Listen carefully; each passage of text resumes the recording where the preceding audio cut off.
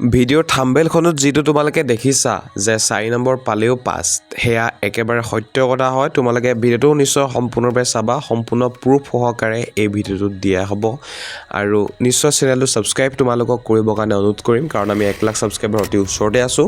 গতিকে তোমালোকৰ এটা ছাবস্ক্ৰাইবে 1 লাখ ছাবস্ক্ৰাইবাৰ হোৱাত অতি সোনকালে সহায় কৰিব। গতিকে নিশ্চয় চেনেলটো ছাবস্ক্ৰাইব কৰি ল'বা। এতিয়া তোমালোকে ভিডিঅ'টো হোম স্ক্ৰীনত মন কৰা। এয়া হৈছে এখন মাৰ্কশ্বিট যোৱা বৰ্ষ আৰু এই ৰিজাল্টটো তোমালোকে যদি মন কৰা তেনেহ'লে তেওঁ অসমীয়াত অৰ্থাৎ MILত আৰু ছেকেণ্ড যিটো লেংগুৱেজ হৈছে সেয়া হৈছে ইংলিছ। সেই ইংলিছ আৰু অসমীয়াত তেওঁ পাছ কৰা নম্বৰ পোৱা নাই। মই তেওঁলোকৰ নামটো হেত মেনশ্যন বা দেখাই নিদিওঁ, কাৰণ তেওঁলোকৰ প্ৰাইভেচি কথা থাকে। গতিকে তোমালোকে মাত্ৰ ৰিজাল্টটো চোৱা, মাৰ্কশ্বিটখন চোৱা মাত্ৰ। ইয়াত তেওঁ 29 পাইছে, 30 পাব লাগিছিলে। গতিকে তেওঁক 1 নম্বৰ এটা দি দিছে, 30 কৰি দিছে, ঠিক আছে। আৰু 1 নম্বৰ যে দেখিছা সেয়া হৈছে গেছ মাৰ্ক। আৰু ছেকেণ্ড লেংগুৱেজ অৰ্থাৎ ইংলিছত তেওঁ পাইছে মাত্ৰ 4 নম্বৰ আৰু পাব লাগিছিলে 14 নম্বৰ। কিন্তু যিহেতু 10 নম্বৰ কম হৈছে, গতিকে 10 নম্বৰে তেওঁক গেছ মাৰ্ক দিছে, অৰ্থাৎ ৰিমাৰ্ক অৰ্থাৎ গেছ মাৰ্ক দিছে তেওঁক, আৰু তেওঁক পাছ কৰাই দিছে। আৰু তেওঁৰ ৰিজাল্ট চোৱা, ইয়াত ফেইল বুলি নাই লিখা, ইয়াত লিখিছে থাৰ্ড বুলি, অৰ্থাৎ তেওঁ থাৰ্ড ডিভিজন লৈ পিনি মেট্ৰিক পৰীক্ষাত উত্তীৰ্ণ হৈছে। তেনেদৰে তোমালোকক এতিয়া ছেকেণ্ড এটা ৰিজাল্ট মই দেখাব বিচাৰিছোঁ, য'ত তেওঁ ছেকেণ্ড লেংগুৱেজ ইংলিছ হয় আৰু জেনেৰেল মেথছত বেয়া কৰিছে। চোৱা, তেওঁ 14 পাব লাগিছিলে, মাত্ৰ পাইছে 5 নম্বৰ। আৰু এয়া হৈছে ইংৰাজী বিষয়। বহুতে কয় ইংৰাজীত নিদিয়ে বুলি, গতিকে চোৱা তেওঁ পাছ কৰা নম্বৰ পোৱা নাই। তেওঁক ৰিমাৰ্ক অৰ্থাৎ গেছ মাৰ্ক হিচাপে 9 নম্বৰ দি দিছে ইংৰাজী বিষয়ত। আৰু যিহেতু তেওঁ 9 নম্বৰ কম হৈছে 14 কাৰণে, গতিকে 9 নম্বৰ দি পিনি ইংৰাজী বিষয়টো তেওঁক উত্তীৰ্ণ কৰাই দিছে। ঠিক তেনেদৰে যদি তোমালোকে চোৱা, জেনেৰেল মেথছ বিষয়টোতো তেওঁ পাব লাগিছিলে 14 নম্বৰ, কিন্তু তেওঁ পাইছে মাত্ৰ 6 নম্বৰ। গতিকে 14 যিহেতু পাছ কৰা মাৰ্কছ হয়, গতিকে তেওঁক 6 যিহেতু পাইছে, গতিকে এক্সট্ৰাকৈ 8 এটা দি পিনি 14 কৰাই পিনি তেওঁক পাছ কৰাই দিছে। গতিকে তোমালোকে চোৱা, যিসকলৰ ডাউট আছিলে যে ছেকেণ্ড লেংগুৱেজ অৰ্থাৎ ইংৰাজীত গেছ মাৰ্ক নিদিয়ে বুলি, তো চিন্তা কৰা কোনো কাৰণে। অথনিও এটা মই ৰিজাল্ট দেখালোঁ য'ত ইংৰাজীটো দিছে, অসমীয়াটো দিছে। গতিকে এবাৰ চোৱা, জেনেৰেল মেথমেটিক্সতো দিছে আৰু ছেকেণ্ড লেংগুৱেজ অৰ্থাৎ ইংৰাজী বিষয়টো দিছে। গতিকে তেওঁ 9 8 17 নম্বৰ লৈ পিনি অৰ্থাৎ গেছ নম্বৰ তেওঁ পাইছে, লাভ কৰিছে, আৰু তেওঁ থাৰ্ড ডিভিজন লাভ কৰিছে।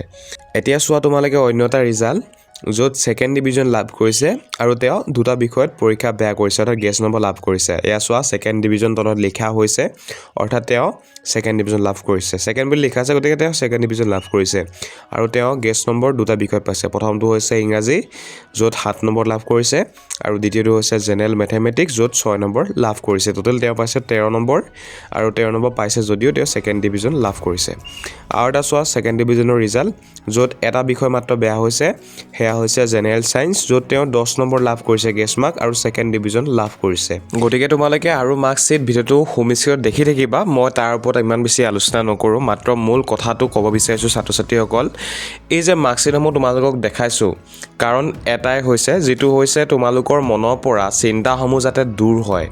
এতিয়া বহুত সংখ্যক ছাত্ৰ ছাত্ৰীয়ে চিন্তাত আছা যে মোৰ পৰীক্ষা বেয়া হৈছে, মোৰ এটা বিষয় বেয়া হৈছে, দুটা বিষয় বেয়া হৈছে, মই ফেইল কৰিম বুলি বহুত সংখ্যক ছাত্ৰ ছাত্ৰীয়ে টেনশ্যনত আছা। চ' তোমালোকৰ প্ৰথম কথা হৈছে, চিন্তা কৰা কোনো ধৰণৰ কাৰণ নাই। এয়া দেখিছে তোমালোকে হোম স্ক্ৰীনত, দুটা তেওঁৰ বিষয় বেয়া হৈছে। প্ৰথমটো হৈছে জেনেৰেল মেথমেটিক্স আৰু দ্বিতীয়টো হৈছে ছ'চিয়েল ছায়েন্স। তেওঁ জেনেৰেল মেথমেটিক্সত 9 নম্বৰ গেছ মাৰ্ক লাভ কৰিছে, আৰু তেওঁ ছ'চিয়েল ছায়েন্সত 7 নম্বৰ পাইছে। টোটেল 16 নম্বৰ গেছ নম্বৰ পাই পিনিও ছেকেণ্ড ডিভিজন লাভ কৰিছে। তোমালোকে হোম স্ক্ৰীনত নিশ্চয় দেখি আছা। গতিকে গেছ নম্বৰ তোমালোককো দিব, তোমালোকেও উত্তীৰ্ণ হ'ব পাৰিবা। কিন্তু বৰ্তমান সময়ত যিহেতু তোমালোকৰ অন্যান্য কিছুমান ছাবজেক্টৰ পৰীক্ষা এতিয়াও বাকী আছে, গতিকে হৈ যোৱা পৰীক্ষাটোৰ কথা চিন্তা কৰি তোমালোকে আহি থকা এক্সামকেইটা অৰ্থাৎ পৰীক্ষাকেইটা তোমালোকে বেয়া নকৰিবা।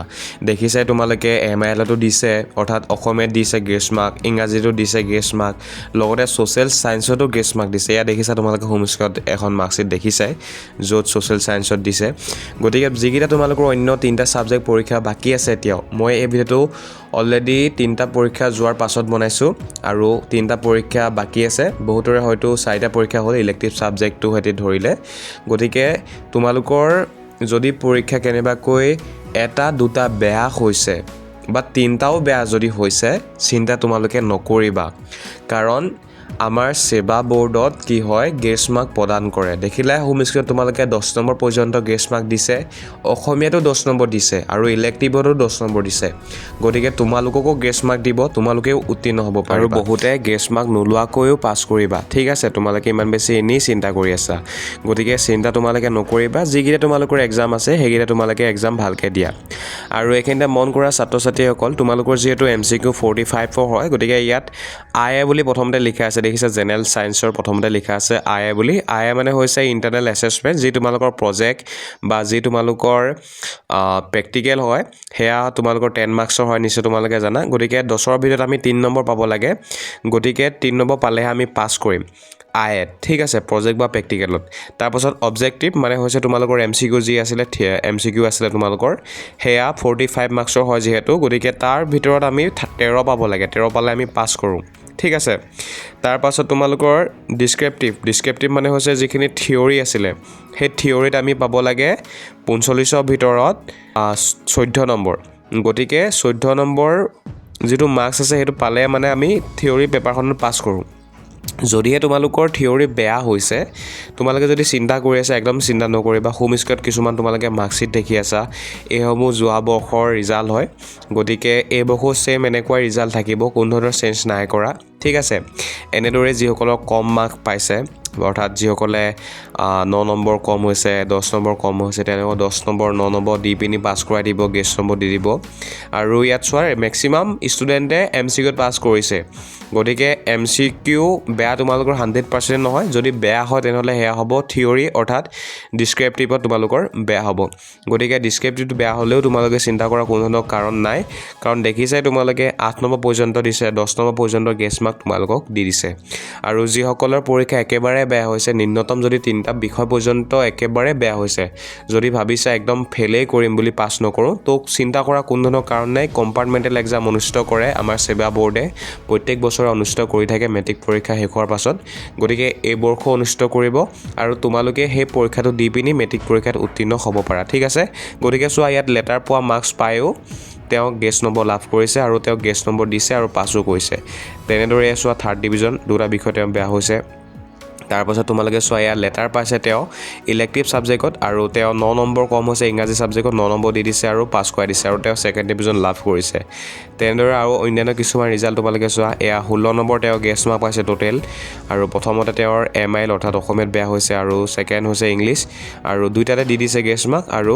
16 নম্বৰ পাই পিনি তেওঁ পাছ কৰিছে তেনেদৰে অন্যান্য আৰু কিছুমান চোৱা ৰিজাল্ট এয়া চোৱা MILত তেওঁ বেয়া কৰিছে 8 নম্বৰ টোটেল গেছ মাৰ্ক পাইছে আৰু তেওঁ পাছ কৰিছে গতিকে যিসকলে চিন্তা কৰি আছা পাছ কৰিম ফেল কৰিম বহুতে আসলে গেছ মাৰ্ক নোলোৱাকৈ পাছ কৰি যাব এয়া চোৱা 10 নম্বৰ পৰ্যন্ত তেওঁ গেছ মাৰ্ক দিছে এটা বিষয়তে মাত্ৰ অসমীয়াত দিছে দেখিছা আৰু তেওঁ পাছ কৰি গৈছে তাৰ পাছত এয়া চোৱা দুটা বিষয়ত তেওঁ গেছ মাৰ্ক পাইছে টোটেল 15 নম্বৰ পাইছে গতিকে পাছ কৰিছে এয়া যে দেখিছা গেছ মাৰ্ক তো বহুতে ছাত্ৰ-ছাত্ৰীয়ে গেছ মাৰ্ক নোলোৱাকৈ পাছ কৰি যাবা এনেই মানে তোমালোকে চিন্তা কৰি আছা বেছিকে গতিকে চিন্তা তোমালোকে নকৰিবা আৰু তোমালোকক দেখাই দিলো গেছ মাৰ্ক পাইছে নে না পোৱা দিছে নে নাই দিয়া হেয়া চোৱা 17 নম্বৰ পাইছে অসমীয়াত 10 নম্বৰ কম হৈছে 10 নম্বৰ দি দিলে আৰু ইংৰাজীত 7 নম্বৰ কম হৈছে 7 নম্বৰ দি পিনি 17 নম্বৰ টোটেল পাইছে তেওঁ আৰু পাছ কৰি গৈছে তাৰপৰা এয়া চোৱা 10 নম্বৰ দিছে অসমীয়াত গতিকে এনেকুৱা বিভিন্ন ধৰণৰ ৰিজাল্ট আছে যোৱা বৰ্ষ বহুতে গেছ মাৰ্ক লৈ পিনি উত্তীৰ্ণ কৰিছে যোৱা বৰ্ষত গতিকে এই বৰ্ষত তোমালোকক গেছ মাৰ্ক দিব এনে চিন্তা তোমালোকে নকৰিবা মোৰ ভিডিও উদ্দেশ্য এটোই আছিল তোমালোকৰ যাতে চিন্তা দূৰ হয়